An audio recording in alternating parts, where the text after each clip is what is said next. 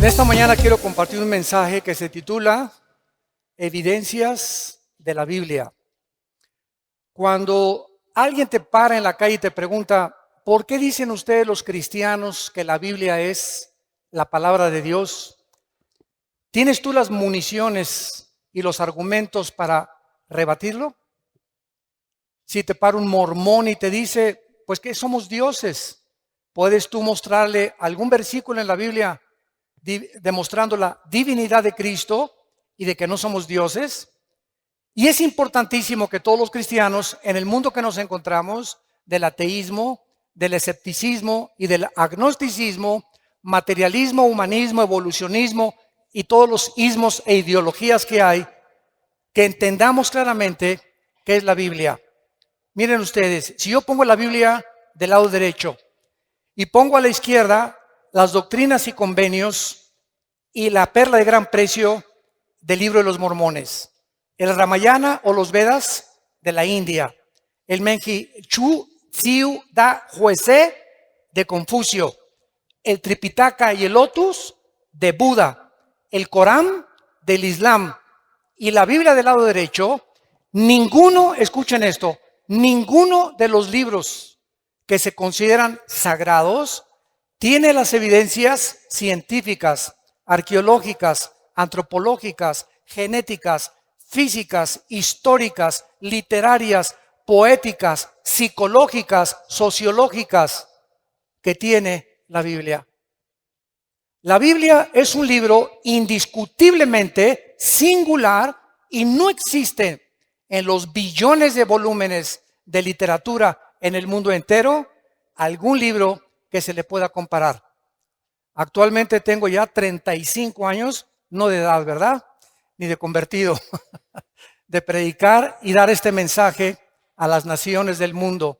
En estos 35 años, Dios es testigo de que he retado a científicos, ateos, agnósticos, escépticos, físicos, matemáticos, ingenieros, políticos, presidentes, gobernantes, con esta pregunta: ¿alguno de ustedes me puede presentar un libro mejor que la Biblia?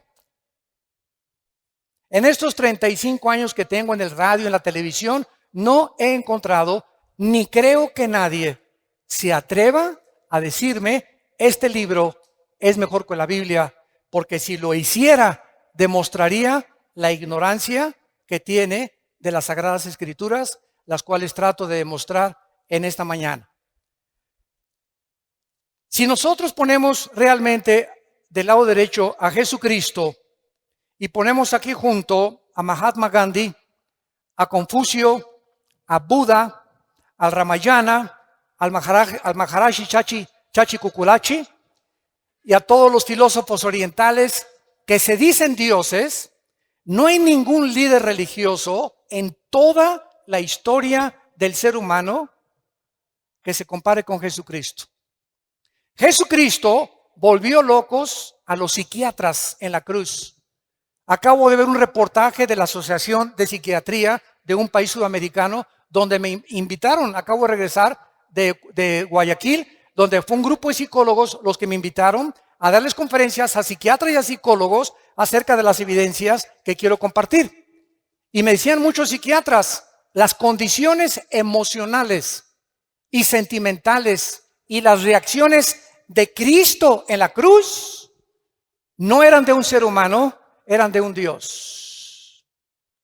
Ningún ser humano bajo esa presión, bajo esas circunstancias y bajo el medio ambiente donde él creció y se desarrolló, podía haber respondido como respondió desde esa cruz. Las palabras que expresó en la cruz y la forma como él vivió. Nadie en la historia pudo tampoco decir, yo soy el camino, yo soy la verdad y yo soy la vida eterna. Cuando yo leí Juan 14:6, porque mi hermano Alejandro fue el que me guió a mí a Cristo con unos misioneros y gracias a él yo soy cristiano, cuando me enseñaron 14:6 de Juan, yo llegué a una conclusión. Ni Buda, ni el Che Guevara, ni Marx, ni Friedrich Nietzsche, ni Jean-Paul Sartre, los grandes hombres de Dios que se consideran los iluminados. Nunca leí la historia de todos ellos. Ha dicho, yo soy el camino, la verdad y la vida. Ahora, todo pudo haber quedado con esas palabras. Y cualquiera podría decir, bueno, yo también puedo decir de repente que soy Dios. Fue lo que dijo el Dalai Lama en 1992 al Papa Juan Pablo II. Y cuando vi en el periódico que el Dalai Lama le dijo al Papa que él era Dios, le mandé un correo a la embajada de China preguntándole, ¿nos puede usted anunciar cuándo se va a morir y resucitar? Porque si usted dice que es Dios, usted tiene el control de la vida. Y Jesucristo dijo, es necesario que el hombre, el Hijo del Hombre, sea muerto, perseguido y vituperado, y a los 3 días se levante de los muertos. Cuando tomó la última cena, Cristo sabía que era la última cena, que no volvería al otro día volver a comer con sus discípulos. Y así fue como les dijo, este pan y esta copa que vamos a beber, no la van a comer ustedes ni a beber hasta que estemos todos juntos en el reino de Dios. Él estaba perfectamente consciente a qué había venido y exactamente el día, la hora, los minutos y los segundos en que le quitarían la vida y la ofrecería para pagar por nuestros pecados. Veamos en primer lugar la evidencia de la singularidad de la Biblia. Apunten ahí número 1, la singularidad. La Biblia fue el primer libro en haber sido escrito en la imprenta de Gutenberg, 1455. El primer libro que se haya impreso en una imprenta fue la Biblia y se llamó la Vulgata Latina, que fue traducida posteriormente por un monje llamado Jerónimo. La Biblia es el libro más vendido, más publicado, más traducido a más idiomas, a más de 4,850 idiomas y dialectos que ningún otro libro jamás en la historia. En 1986 se había traducido la Biblia a 6,700 lenguajes que por los traductores Wycliffe. Y actualmente, si tú buscas, por ejemplo, como me dijo una vez un ateo, Homero escribió la Ilíada y la Odisea, y le dije, cítame los libros de los griegos, la época de oro de los griegos, dime cuándo se escribió el Corán, el Islam, las traducciones de los sumerios, dime lo que tú quieras. De la Biblia hay 13,000 copias manuscritas del Nuevo Testamento, 8,000 de la Vulgata Latina y 1,400 en el original griego y hebreo. Simplemente en 1948, para que vean cómo la gente habla sin hablar, en 1948 se descubrieron los rollos del Mar Muerto, que se llaman los rollos de Qumran, donde vivía un grupo que se llamó los esenios. Muy bien, en estos rollos que se encuentran en el museo, mi esposo y yo los vimos en Jerusalén, cuando vayan a Jerusalén, en el museo, se encuentran y están extendidos exactamente como fueron escritos por los profetas hebreos, y es exactamente lo que está escrito en la palabra de Dios que nosotros tenemos. Así que cualquier duda que exista de que la Biblia fue adulterada, que fue aumentada, etcétera, etcétera, ahí se encuentran los documentos originales. Ahora bien, en el último siglo, la Biblia ha comenzado a traducirse, que la Biblia del joven, la Biblia de la esposa, la Biblia de los jóvenes, etcétera, etcétera, y todas las traducciones modernas están de alguna u otra manera alteradas por la Sociedad Bíblica Internacional. ¿Por qué? Porque entonces dijeron ellos, no podemos vender la Reina Valera de 1960 ni la King James, que son las mejores traducciones de los textus receptus, o sea, de los textos recibidos originales. No podemos, dijeron ellos, y tenemos que seguir con el negocio, y tenemos que seguir imprimiendo Biblias de color de rosa, moradas, verdes, amarillas, para seguir vendiendo por intereses económicos, desgraciadamente. Entonces, una de las peores versiones que hay se llama la Nueva Versión Internacional, que sustrajeron 26 versículos del Nuevo Testamento. Yo no se lo recomiendo a nadie. Entonces, esto nos muestra claramente, ¿verdad?, el ataque que la Biblia tiene. Por ejemplo, después de su muerte, un hombre que se llamó François Voltaire, en 1778, un ateo agnóstico que persiguió a la Biblia y a los cristianos en Francia, dijo lo siguiente antes de morir: la Biblia jamás podrá, después de mi muerte, pasar a la historia y nadie la volverá a publicar. Cuando se murió, la casa de Voltaire se convirtió en la imprenta más grande de Biblia de Europa. Coincidencias del destino. Veamos a continuación su unidad. La Biblia es un compendio de 66 libros. Vean esto, son 66 libros que hacen un solo compendio. Estos 66 libros fueron escritos en 1500 años. En 1500 años. El último libro que se escribió en el siglo I después de Cristo fue el libro del Apocalipsis. Estos 66 libros fueron escritos por más de 40 hombres diferentes.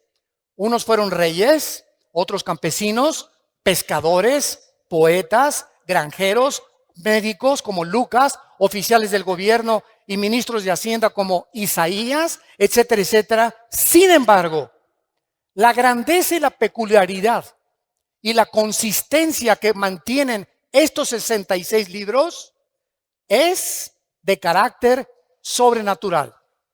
Déjenme explicarles. Hace algún tiempo vino a la casa de ustedes un vendedor de enciclopedias. Y pásele, le dije, porque me encanta mucho, siempre me ha gustado mucho la lectura, a ver qué me puede usted ofrecer. Y pues ahí sacó su laptop y ya me mostró las nuevas versiones del Tesoro de la Juventud, Enciclopedia Británica, bla, bla, bla, bla. Y yo le pregunté a este vendedor, ¿cuántos años tienes vendiendo libros? Y me contestó, 30 años.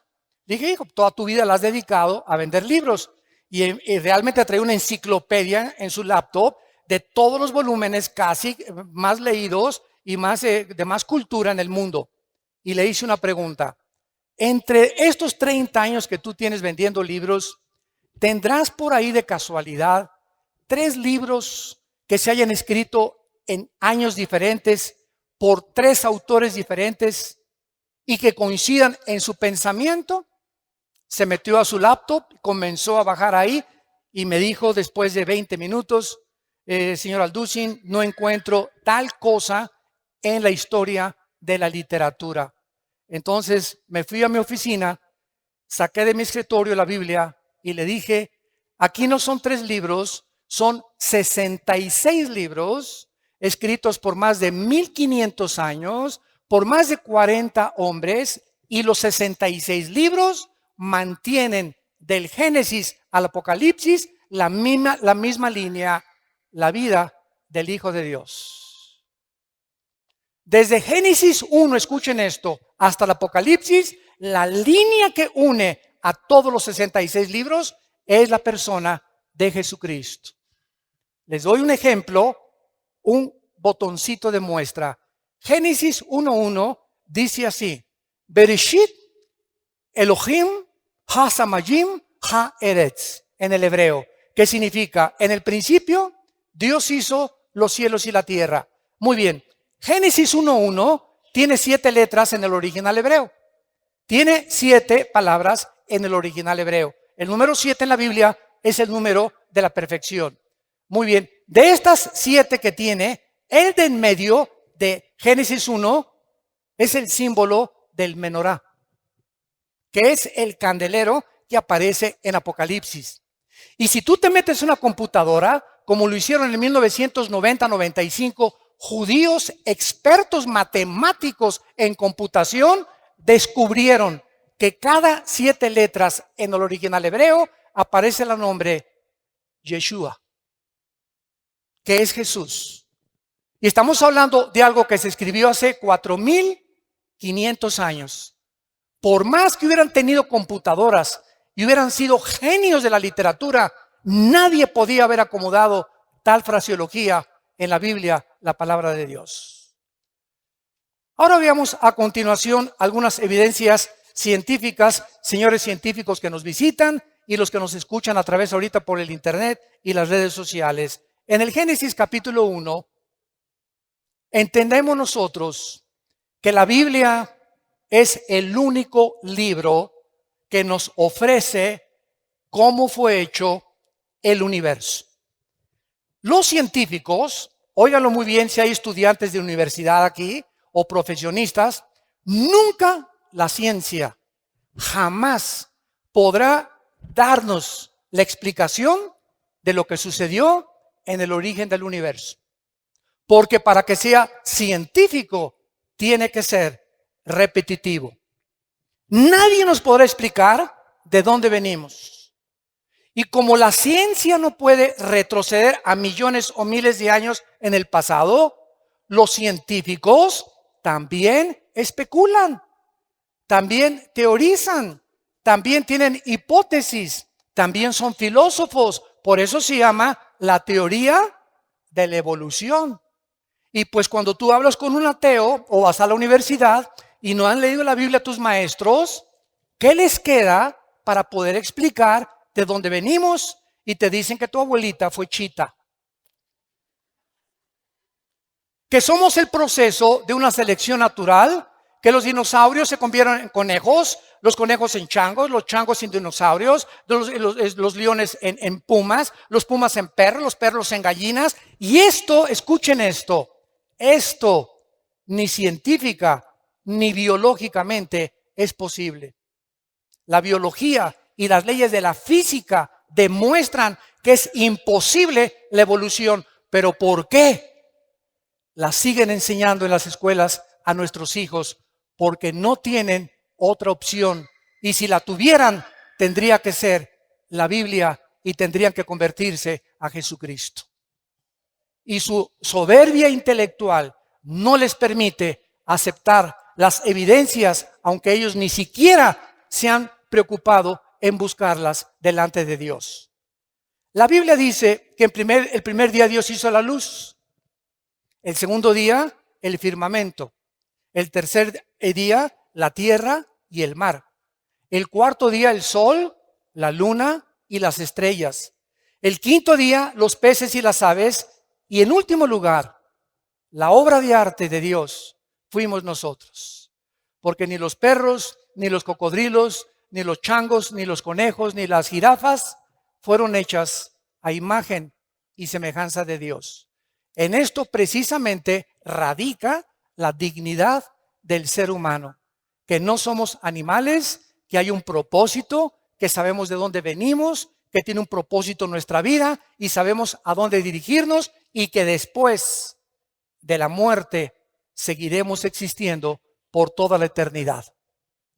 Ahora, muchas personas me han preguntado, ¿cómo es posible que el primer día Dios haya hecho la luz cuando hasta el cuarto día apareció el sol, la luna y las estrellas? No. La Biblia se contradice y es imposible que esto haya sido. Ya ve, la Biblia no es la palabra de Dios. Espérame tantito. ¿Tú sabes qué es la luz? La luz es un fluido de electrones o un tipo de electromagnetismo. Y la luz hasta el siglo XXI no se ha podido definir claramente con el aspecto científico. Entonces, ¿qué quería decir Dios?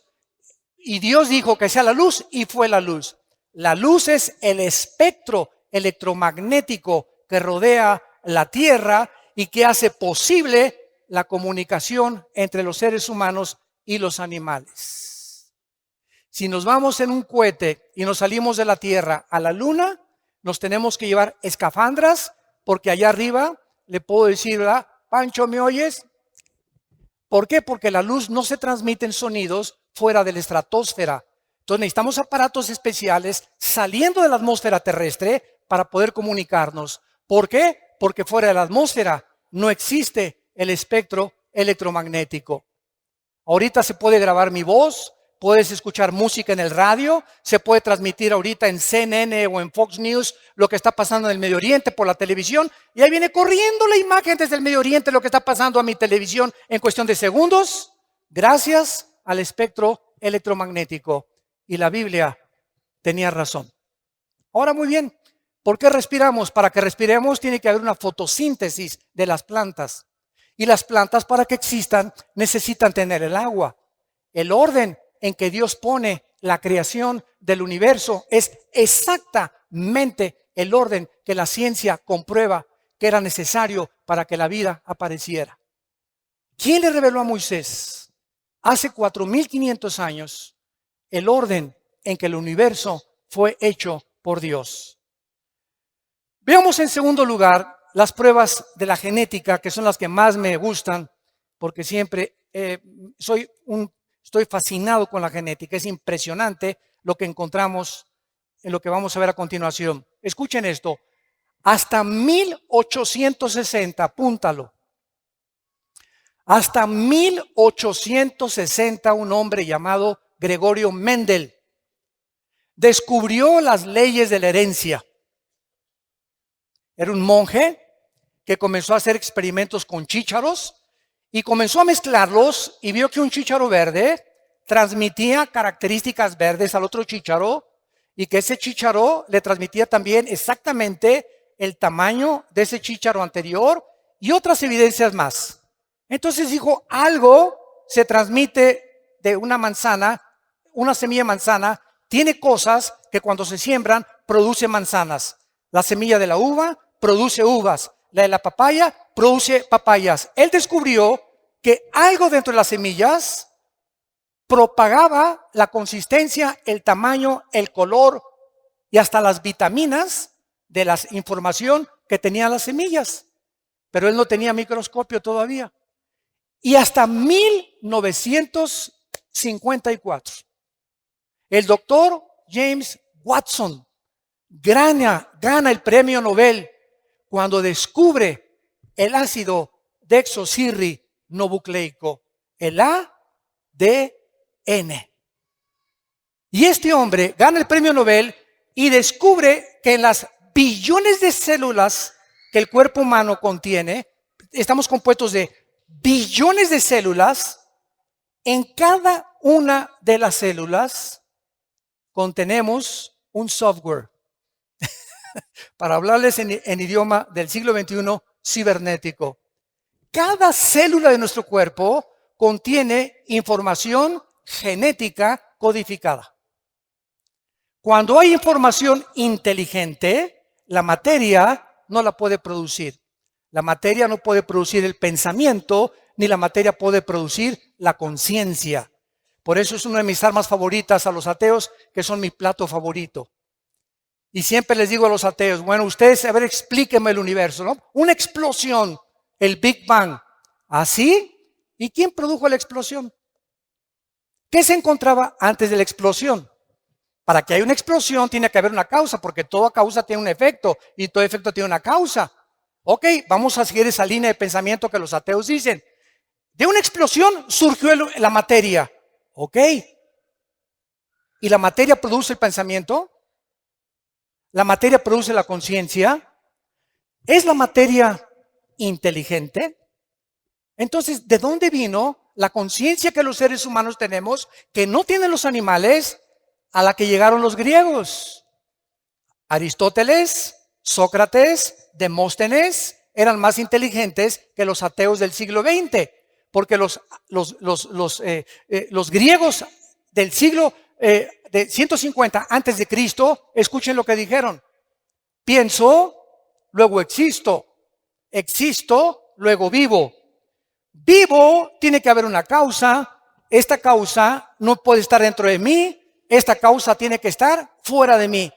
Yo no sé cómo se llama la fuerza, el poder, un dios o muchos dioses, pero fuera de nosotros no tenemos la causa de nuestra existencia. Forzosamente tiene que haber un Dios. Es increíble que la filosofía del siglo XX no haya superado la filosofía del siglo de oro de los griegos. los griegos, siguiendo una línea de lógica elemental, concluyeron que tiene que haber un Dios. Tiene que haber un principio y tiene que haber un final, por la misma lógica del razonamiento que Dios nos ha dado.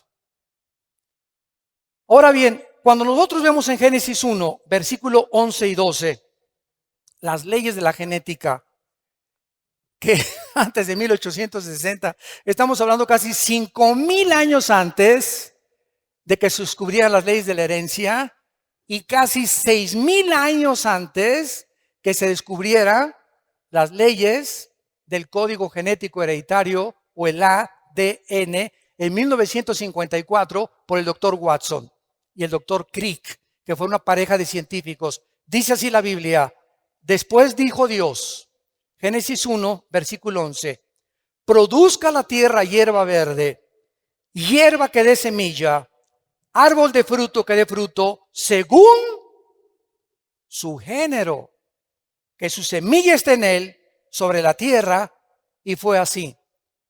Produjo pues la tierra hierba verde, hierba que da semilla, según su naturaleza, árbol que da fruto, cuya semilla está en él, según su género, y Dios que era bueno. Versículo 21, y creó Dios los grandes monstruos marinos y todo ser viviente que se mueve, que las aguas produjeron según su género, y toda ave alada según su especie, y vio Dios que era bueno. Cuando nosotros leemos esto en el siglo XXI, otra vez, y la Biblia se adelantó al periódico y a los descubrimientos científicos de mañana en la mañana. La Biblia es más moderna que el periódico de mañana en la mañana. La Biblia ya establecía las leyes de la genética, que una semilla de uva tiene un código genético que determina que cuando se siembre crezca no como plátano, ni como naranja, ni como papaya, sino que crezca con las características de la información que ahí le pusieron el que creó esa semilla. Y además esa semilla trae características antioxidantes para que los seres humanos cuando coman uvas sepan que están tomando antioxidantes. A las semillas de las naranjas tiene un código informativo, un software que Dios les puso para que cuando se siembre den exactamente según la naranja, las características de la naranja, las vitaminas de la naranja, el color y el tamaño de la naranja, y no plátanos ni papayas. Y cuando Dios hizo al ser humano con espermas del género masculino y a la mujer con cromosomas del género femenino. Y encontramos algo maravilloso, que Dios, les he preguntado esto a mucha gente, ¿quién piensan ustedes que fue primero, el hombre o la mujer? Y todos contestan y voltean a ver a su mamá. Todos aquí, no hay nadie que no haya tenido mamá. No, entonces me contestan, es lógico que Dios haya hecho primero a la mujer. Sin embargo, la Biblia no nos lo explica de esta manera. Y cuando se descubren las leyes de la genética, nos sorprendemos las evidencias científicas, no teorías, con que está avalada y respaldada el registro de la palabra de Dios. ¿Se acuerdan cuando Dios creó a Eva? ¿De dónde la sacó? Muy bien. Primero Dios hace al hombre. Agarra el polvo de la tierra, así de lodo nos hizo a nosotros, varones. Así de lodo a los hombres, ¿verdad? Así toscos, bruscos. Y ya después de que hace a Adán como una estatua, Dios hace esto. Y Adán recibe algo que no recibió Chita, ni los gorilas, ni los rinocerontes, ni los pájaros, ni los perros, ni los gatos. El hombre recibe el aliento directo, infundido de Dios, porque dice Eclesiastés 3:11 que Dios pone desde ese momento la eternidad en el corazón humano. Dios sopla dentro de él algo que era de él, de Dios. Y por eso somos a imagen y semejanza de Dios. Y después de que Dios crea a Adán, pues lo lleva al huerto y lo pone a labrar el huerto y a poder sembrar en el huerto, trae a todos los animales para que les ponga nombre, y ya que Adán vio que Chita no podía ser su novia, ni la jirafa, de verdad, ni ninguna leona, ni ninguna tigresa por ahí, entonces Dios pone a dormir en capítulo 2 del Génesis Adán, y escuchen lo que pasa. Esto es impresionante. Adán duerme y Dios dice en la Biblia que saca una de sus costillas, porque la palabra en el hebreo es selah, que significa costilla. Y de esa costilla, de ese material genético, saca al hombre. Muy bien. El hombre, para que entendamos esto, tiene 2 cromosomas, X y Y. Los que son médicos aquí nos lo pueden confirmar. El hombre tiene X, Y. La mujer tiene 2 cromosomas sexuales XX. La mujer no tiene el cromosoma que determina el género masculino. Cuando mi papá tuvo relaciones con mi mamá, el esperma que ovuló o fertilizó el huevo de mi mamá fue un Y y yo nací varón. Porque si hubiera sido el X, hubiera nacido mujer. Entonces, el cromosoma Y determina el género de los hombres. Y los hombres poseen ese cromosoma que las mujeres no tienen. Las mujeres tienen XX. Muy bien. Si Dios hubiera sacado a la raza humana del material genético de la mujer, la raza humana no se hubiera podido reproducir. Porque precisamente es en los huesos, en la médula de los huesos, donde se produce la sangre. Y es precisamente en la sangre donde viene la diferencia entre los cromosomas del hombre y la mujer. Si vas a un consultorio médico, a los laboratorios del Chopo, por ejemplo, y te hacen un examen de sangre, te dicen si eres hombre o mujer. En la pura sangre nada más. Ahora, pasaron miles de años y se le aparece el ángel a María. Y le dice a María, vas a ser mamá. Y María se espanta. ¿Cómo que si ni a Cancún nos hemos ido? ¿Verdad? ¿Cómo que voy a ser mamá? Espérame tantito, no te me adelantes, si estamos comprometidos, no nos hemos casado. Y además, la ley judía dice que si yo me embarazo antes de casarme, hasta pedradas me pueden matar. Y el ángel Gabriel, en Lucas 1 y en el Evangelio de Mateo, le dice a María, María, no te preocupes, Dios va a engendrar en tu vientre a un hombre llamado, y le vas a poner por nombre Jesús. Ni José ni tú le van a poner el nombre. Y sabes una cosa, María, que ese ser que van a nacer no va a ser engendrado por José. José no se va a meter contigo. Muy bien, hace 2000 años que fue escrito esto en el Nuevo Testamento, nadie entendía por qué Cristo tenía que nacer virginalmente. ¿Por qué José no podía tener relaciones con la Virgen María? Simplemente porque el cromosoma Y de José venía infectado desde Adán. Porque por un hombre entró el pecado y el pecado se transmitió a través de toda la raza humana hasta nosotros. Todos los seres humanos, todos sin excepción, desde Adán, hemos nacido infectados por el pecado. Carlos Marx le decía la lucha de clases. Sigmund Freud, el problema del Medio Oriente y la sexualidad infantil. William Shakespeare, el defecto trágico. Y muchos hombres han tratado de por qué el hombre es contradictorio en su comportamiento. ¿Por qué esa conducta autodestructiva con la cual nacemos? ¿Por qué a los niños no les enseñas a portarse mal?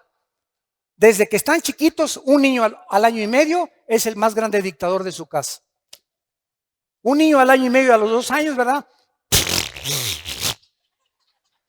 A los 3 años, no quiero mi juguete, quiero el de Pepito. No se hace eso, niño, no me hace berrinchito. Y vemos que hay algo dentro del ser humano que va en contra de toda autoridad, de todo lo que se les dice. Y se les enseña a portarse bien, porque el mal nacimos con él. El mal, como la Biblia lo explica claramente, de nosotros viene por herencia desde Adán hasta nuestros días. Entonces, vemos que las evidencias genéticas físicas de la creación de la Biblia son maravillosas y que podemos nosotros a través de esto darle una respuesta al ser humano para que el ser humano pueda entender por qué la Biblia es el libro de los libros. Hace 2300 años, antes de que Galileo Galilei, tu padrino, descubriera que la tierra era redonda, apúntalo. En el libro de Isaías 40, capítulo 40, versículo 22. 2300 años antes que Galileo, la Biblia ya decía que la tierra era redonda. Hay una ley en la física, todos ustedes que son de carácter universitario de la preparatoria, que se llama la ley de la entropía.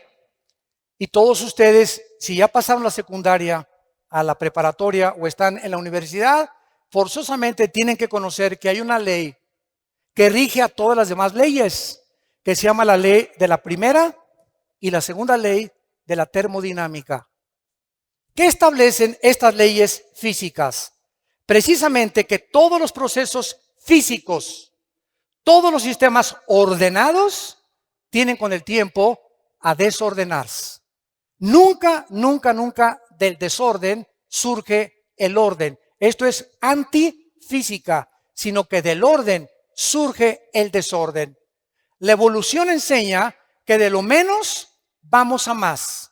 Y la Biblia enseña que fuimos coronados como la creación máxima de Dios y estamos como los cangrejos en lugar de evolucionar. Claro que hemos evolucionado tecnológicamente y científicamente como criaturas físicas y como criaturas intelectuales, pero como seres humanos hemos hecho el ridículo porque estamos en el siglo XXI y ahorita en noviembre del año 2015 el mundo está a punto de entrar a una tercera guerra mundial. ¿Dónde está el razonamiento? ¿Por qué no hemos podido vivir en paz? ¿Qué le pasa al ser humano? ¿De qué nos sirvió llegar a la luna? Y los experimentos y los descubrimientos, todo eso ha ensoberbecido al ser humano. Simplemente, profesando ser sabios, se hacen necios. Porque habiendo conocido a Dios, no le quieren glorificar como a Dios, ni le quieren dar gracias. El ser humano está envanecido en sus razonamientos.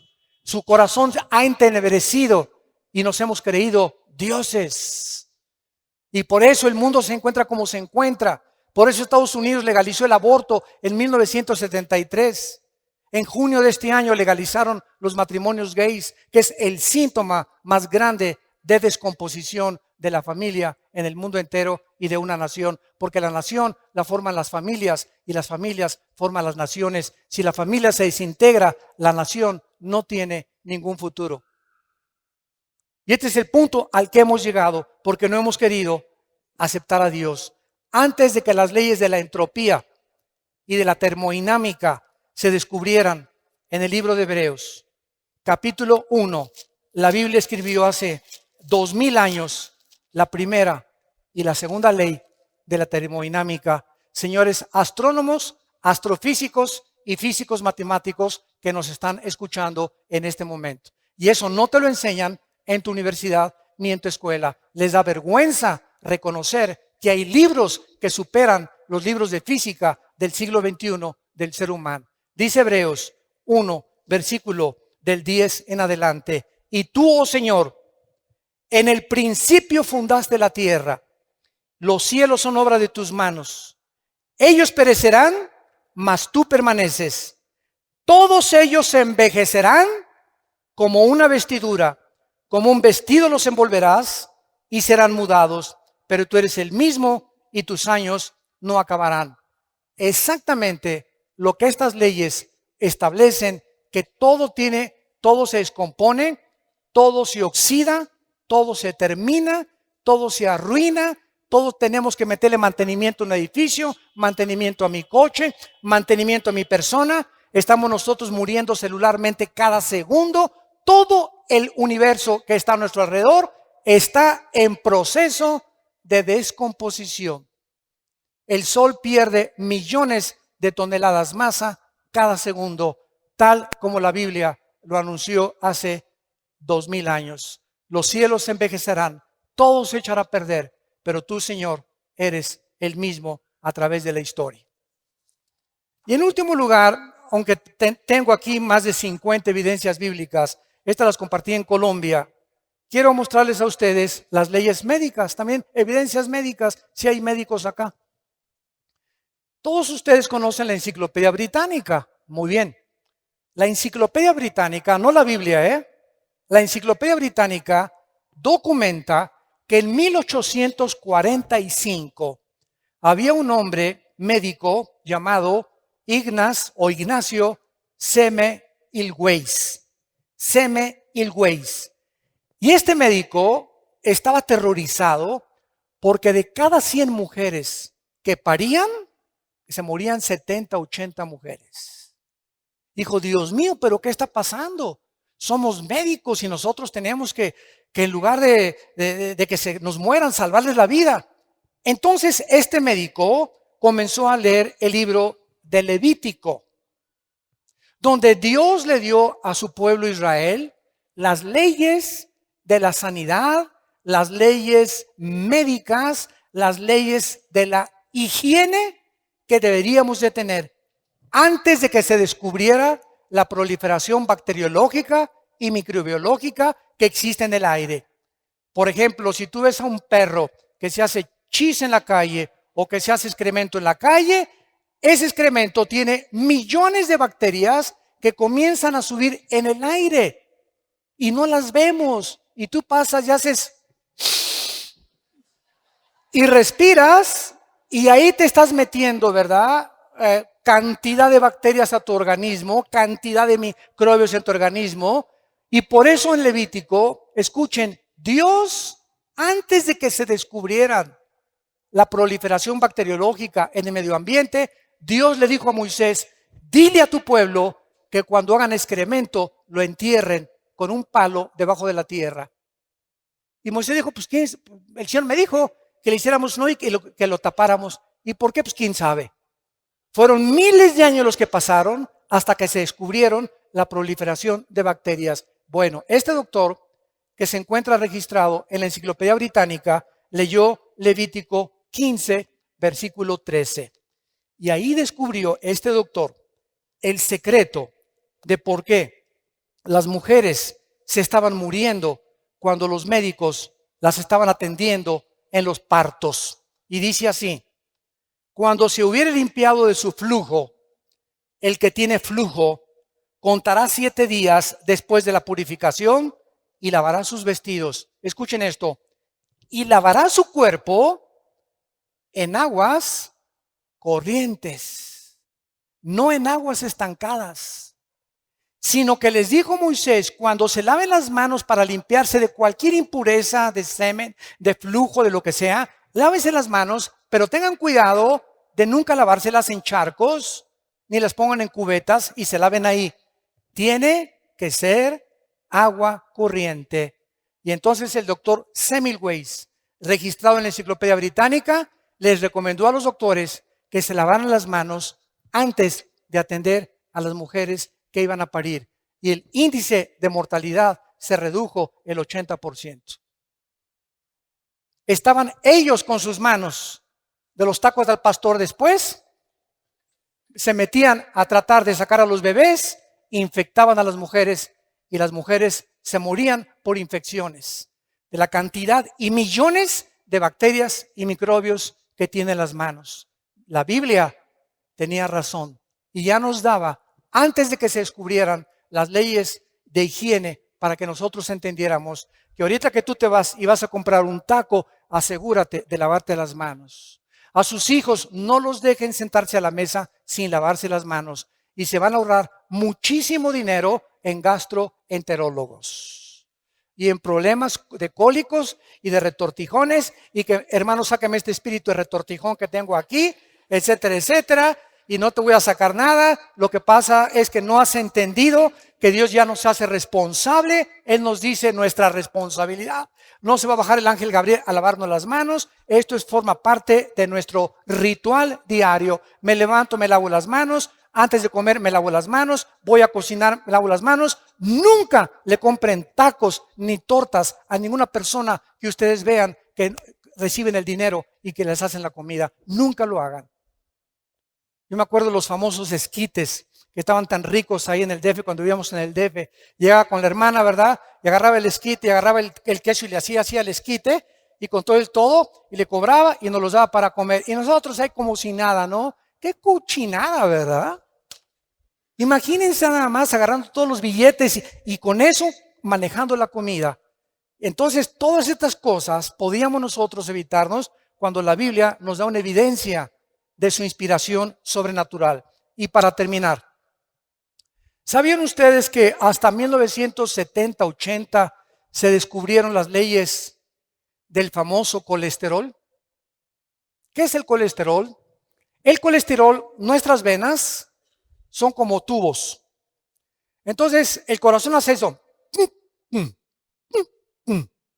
Cada vez que hace el corazón, está bombeando sangre. La sangre corre por todas las arterias y todas las venas que llegan hasta la punta de mis pies y recorren hasta la punta de mi cerebro. Entonces, estas mangueras tienen que estar limpias. La sangre tiene que estar limpias. Pero cuando yo como carnitas, qué ricas, ¿verdad? Tacos al pastor, qué ricos. Camarones, qué ricos. Langosta, mucho más. Es la que más colesterol tiene. Y los alimentos que que degustamos y que creemos, ¿verdad?, que son buenísimos. Bueno, por ejemplo, un muchacho de 20, 25 años se puede comer 3 tacos al pastor a la semana y su condición física la va a resistir. Pero si pasamos de los 40 llegamos al 5.º piso ya pasamos del 5.º piso, ¿verdad? ¿Qué es lo que hay que hacer? Cuidar nuestra dieta. Y lo más importante, el colesterol. Muy bien. Si yo no cuido el colesterol y como mucha grasa animal, o mucha carne, por ejemplo, o muchos camarones, o muchas cosas que Dios prohíbe en Levítico capítulo 11, mis venas, la tubería, se comienzan a bloquear. Entonces se aprietan las venas y el corazón hace... Comienza a bombear con más esfuerzo el corazón porque el colesterol está bloqueándome las venas y por eso sobrevienen los ataques cardíacos. De repente tienes 40, 45, 50 años. ¿Y qué me pasa? Al hospital y vas para el suelo. Y te hacen un examen de sangre, estás con el colesterol de más de 200 puntos, los triglicéridos más de 300 y la glucosa más de 100 puntos, que son los límites que debemos de tener. ¿Por qué? Porque estamos violando las leyes de la higiene que Dios estableció en su palabra. Todo nos es permitido, mas no todo nos conviene. Según la edad que tengamos, tenemos que tener más cuidado. La Biblia nos recomienda beber por lo menos 2 litros de agua diarios. No de Jamaica, no de horchata, no de durazno, agua. ¿Sabes qué es agua? Agua. Sin nada. Ahora, claro que puedes echarte tu horchata, lo que tú quieras, ¿no? Pero mínimo 2 litros de agua, agua natural, porque somos más del 80% de nuestro cuerpo está compuesto de agua, más el cerebro. Y el alimento privilegiado para el cerebro y para tener alerta el cerebro es el plátano. Un plátano diario te da el potasio y las características que necesitan tus neuronas del cerebro para que pienses bien y no sigas pensando en el Calimán ni en ricas y famosas. Santos de Dios, tenemos el libro, la palabra profética más segura a la cual haríamos bien en estar atentos.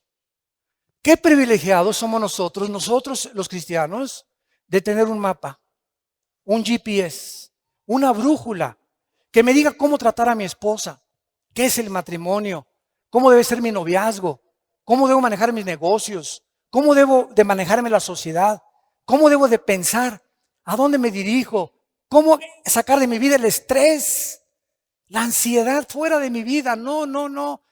Confío en Dios, Él es mi Salvador, mi roca, mi castillo. Oh Dios, en ti confiaré, fuera estrés de mi vida.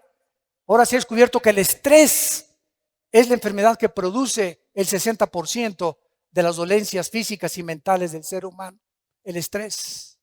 la clínica Rochester en Mayo, la clínica Mayo en Rochester y el hospital Hopkins en Estados Unidos coordinaron y coincidieron por primera vez el año pasado que el estrés es la enfermedad más grave del ser humano del siglo XXI.